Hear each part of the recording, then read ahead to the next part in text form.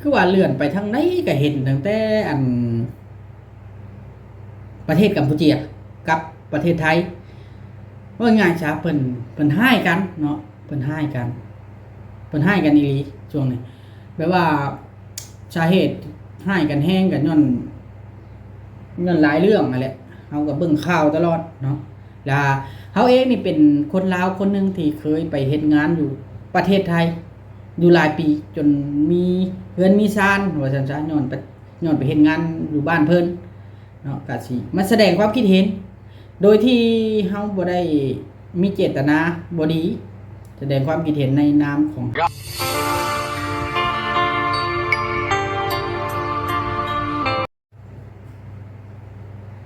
สบายดีเด้อกราบสบายดีพี่น้องกันเบิดสุผู้สุคนเบิดสมองสุบอนพี่น้องเนาะบ่ว่าสิเป็นทางลาวแล้วก็ต่างประเทศทางไทยพร้อมเนาะมื้อนี้อยู่กับจันโอชาแนลเนาะพี่น้องเนาะอันนี้คลิปนี้กับเบาลิหรือว่าจันโอชาแนลนี่ก็คือสิเว้าเกี่ยวกับกระแสทางด้าน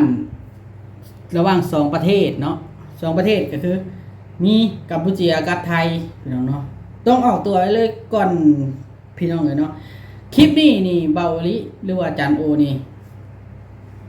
ความเห็นส่วนตัวล้วนๆและก็เป็นการคาดเดาหรือกับความเห็นส่วนตัวล้วนๆบ่ได้เกี่ยวกับบุคคลใด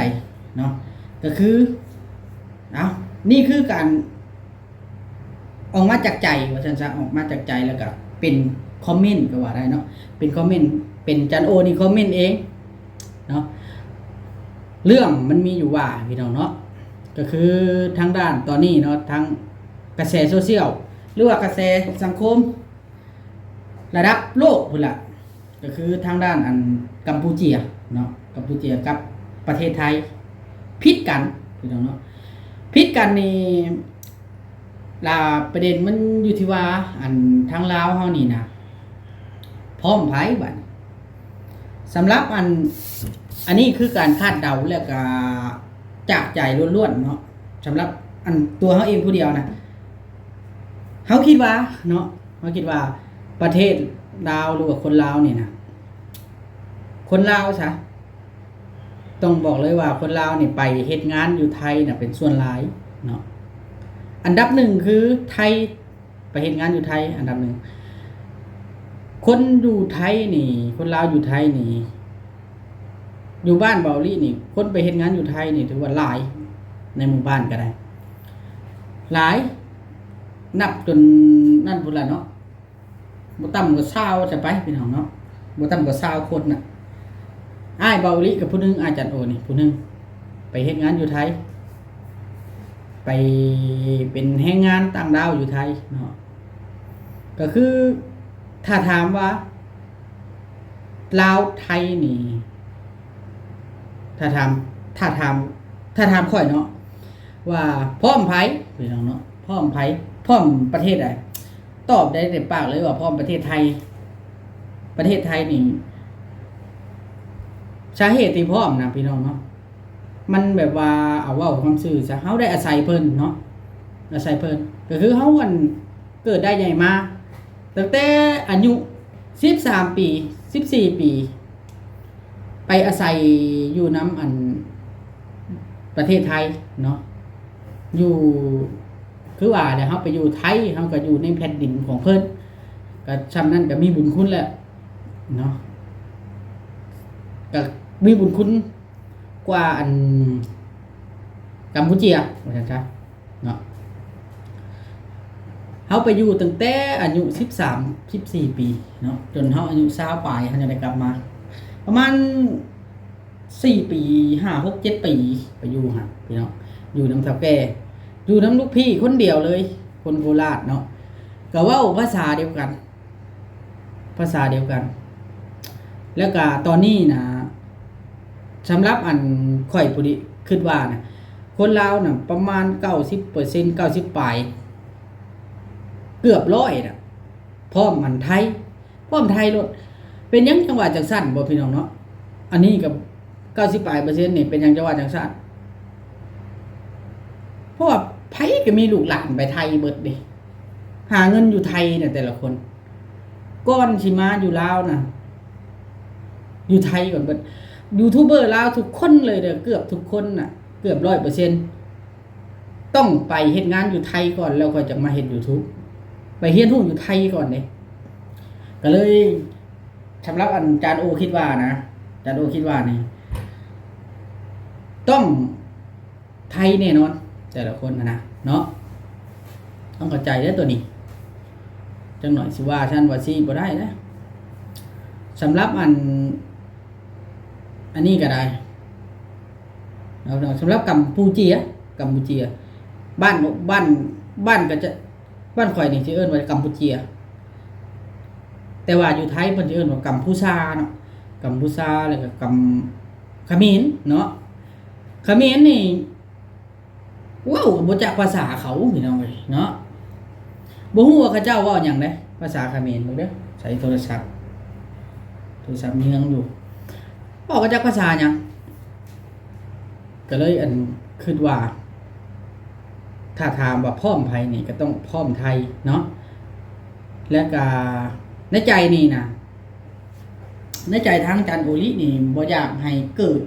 สงครามถ้าเกิดสงครามบึ้มๆบั้มๆนี่บ่ว่าคนลาวอยู่ลาวหรือว่าคนลาวอยู่ไทยก็ต้องได้รับผลกระทบเด้เพราะว่าข้าวสารอาหารแห้งนี่ก็ที่แพงขึ้นถ้าเกิดสงครามเด้เพราะว่าถ้าเกิดสงครามปุ๊บนี่การส่งออกน้ำเข้าอีหยังมันก็รับบ่ได้เลยถือว่าหยุดชะงักเลยมันยิงกันเด้พี่น้องยิงกันปังๆนะทั้งที่ดีน่ะบ่เกิดดีกว่าสงครามน่ะแต่ว่าถ้าในใจน่ะแอบถ้าให้เชียร์ก็เชียร์ไทยแหละสำหรับเบาลิได้ล่ะสำหรับเบาลิเองนะเพราะว่าเฮาเกิดมาแล้วเฮาก็ไปไทยฮู้จักภาษากันปากเว้าแล้วก็ได้อยู่กับคนไทยเนาะเขมรบ่จักภาษาเขาจักเขาเว้าหยังมันแบบว่ามันบ่มีความผูกพันนั่นน่ะมันบ่จักภาษาเด้ภาษาคนละภาษาบ่คือไทยเนาะพี่น้องว่าความซื่อมันบ่มีแต่ละคนน่ะก็สิหวังผลประโยชน์อยู่พี่น้องเนาะคือเฮานี่ได้ประโยชน์จากไทยเพราะเฮาไปอาศัยเพิ่นเด้เฮาก็แพงเพิ่น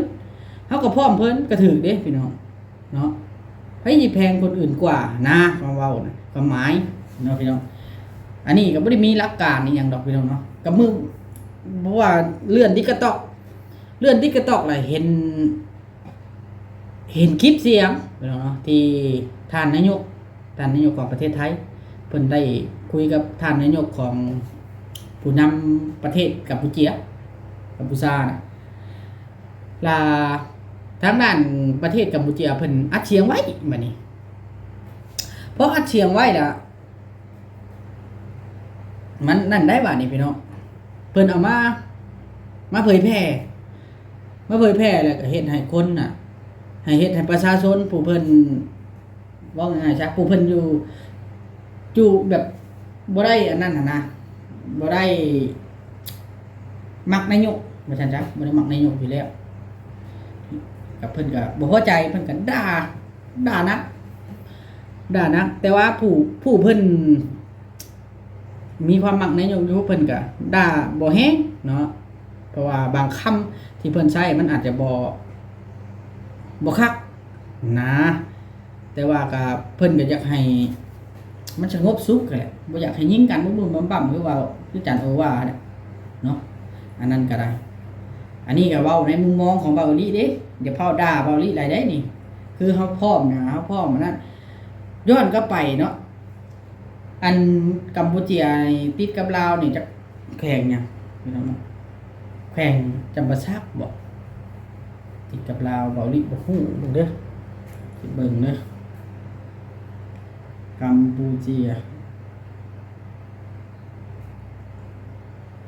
เคยเรียนอยู่แต่กี้นะแล้วเขาลืมบ่แม่นเราคำบ่จำ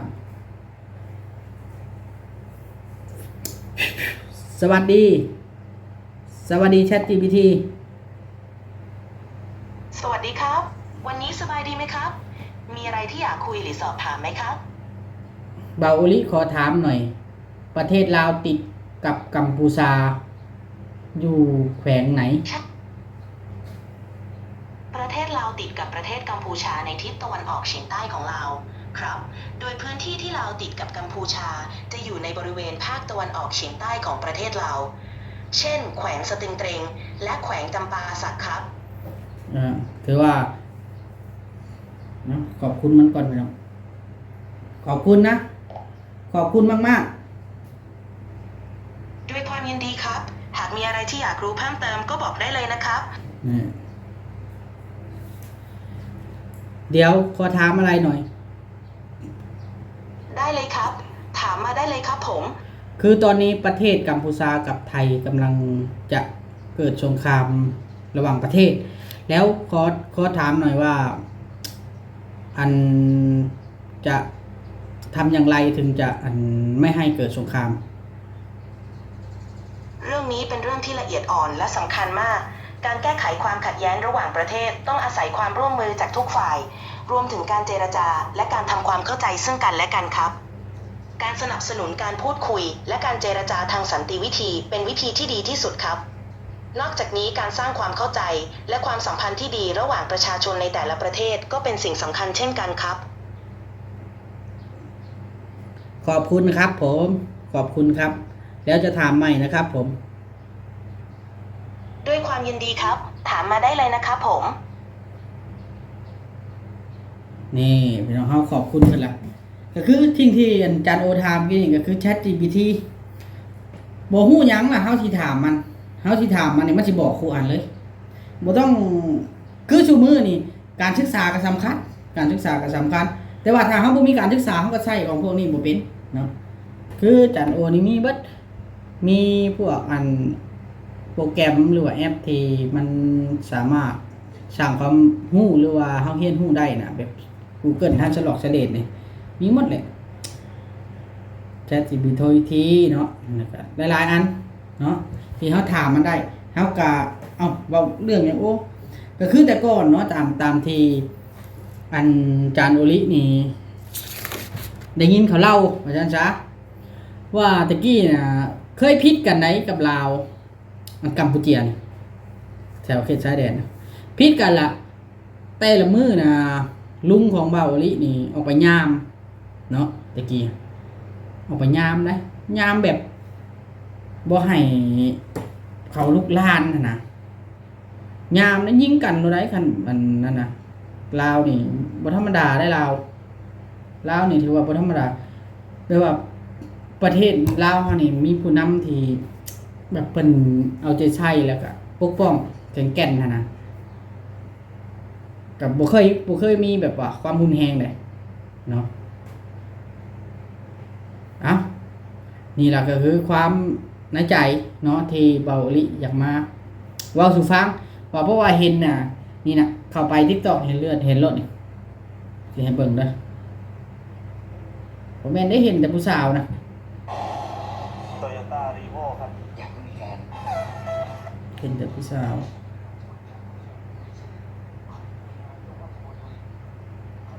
มีรายงาน นี่ ครับทุกผู้ชม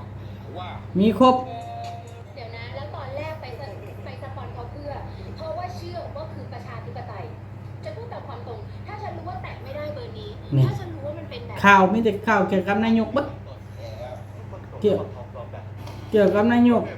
แล้วก็เกี่ยวกับคลิปเสียงอะนะก็เลยมันเดือดแห้งก็เลยออกมาพี่น้องเนาะออกมาเว้าสู่ฟังอาจารย์จ้ะในสำหรับเฮาเนาะเฮานี่เบาลินี่หรือจานโอนี่คนที่เคยไปเฮ็ดงานอยู่ไทยแล้วก็เติบโตอยู่ไทยเนาะเคยไปเฮ็ดงานอยู่ไทยในช่วงหนึ่งของชีวิตว่าซั่นซะเฮาก็มีความผูกพันและหักแพงเนาะหักแพงมีความผูกพันและหักแพงนะพี่น้องใน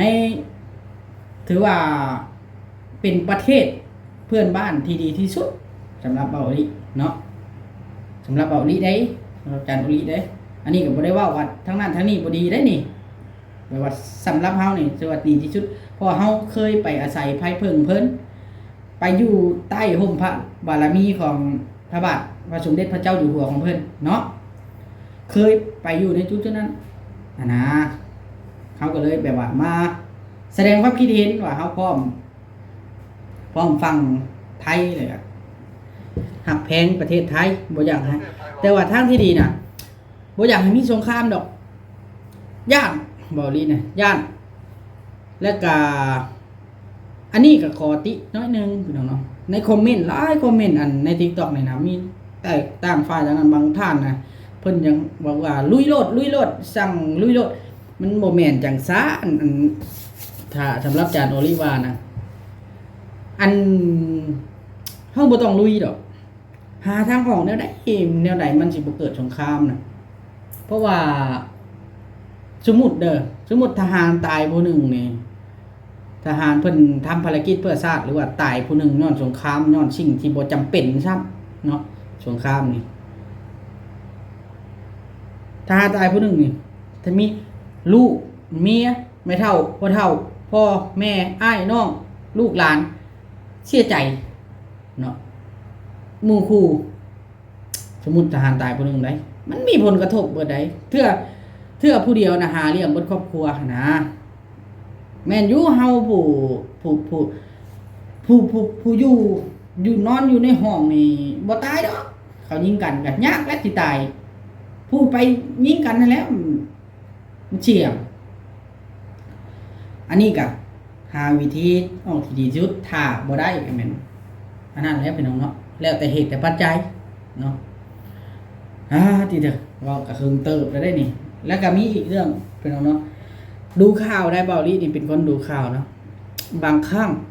เบาลี่อีตนคนอันประเทศกัมพูชานะอีตนผู้เพิ่นเฮ็ดงานดีนะผู้เพิ่นดีว่าซั่นซะบางคนเพิ่นก็มาตั้งใจเฮ็ดงานอยู่ไทยนะแต่ว่าก็ถึกลูกหลงว่าซั่นซะถึกลูกหลงมาได้ลูกหลงในความขัดแย้งนะลูกหลงในความขัดแย้งบางคนก็ไปให้เพิ่นไปคอมเมนต์ด่าเพิ่นจังซั่นที่ใน TikTok นะก็ยังอีตนได้เบาลี่บางคนเจตนาบริสุทธิ์มาด้วยความทุกข์ความยากก็มีพี่น้องเนาะเพราะว่าผู้หนึ่งพิษกันละพานพรผู้หนึ่งอันนี้ก็คือเป็นแบบว่าน้ำที่หดใส่โพนนี่ปวกทุกตัวมันต้องได้รับความเดือดร้อนน้ำหอนหดใส่โพนนี่พี่น้องมันซึมลงเลยต้องได้รับความเดือดร้อนนั่นแหละพี่น้องเอ้ยเนาะพอเรื่องมันใหญ่เลยนะระหว่างอันนี้เนาะ